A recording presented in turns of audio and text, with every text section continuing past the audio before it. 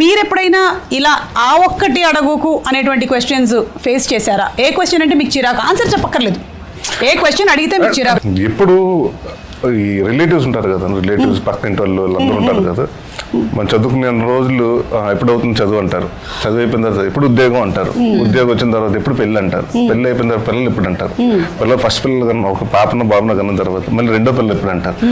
ఈ కాన్స్టెంట్ నాకు ఈ డబ్బు అయితే అర్థమవుతుంది. మన లైఫ్ లో అంటే వాళ్ళకి ఎక్కువ ఇంట్రెస్ట్ ఉన్నట్టు అనిపిస్తుంది. సో అలాంటి ఏదైనా క్వశ్చన్స్ అడిగినప్పుడు పిల్లల గురించి కానీ పెళ్లి గురించి కానీ ఆ ఒకటి అడగకు అని చెప్పాలనిపిస్తుంటుంది. ఇట్లా మనం రిమోట్ ఇచ్చామంటే వాళ్ళు లాస్ట్ వరకు ఎప్పుడు పోతామని కూడా అడుగుతారు. మీకేంటి ఏ క్వశ్చన్ అంటే చిరాకు? ఒక్కటి అడక్కు అని మీరు ఏ క్వశ్చన్ అంటారు? కొన్నిసార్లు యుల్ హ్యావ్ సమ్ పీపుల్ కదా, ఫాలో బ్యాక్ ఎందుకు చేయలేదు, ఫాలో బ్యాక్ ఎందుకు చేయలేదు, ఒక మిస్ కాల్ వచ్చింది కాల్ బ్యాక్ చేయలేదు, మెసేజ్ ని రిప్లై ఎందుకు చేయలేదు, చేయలేదండి.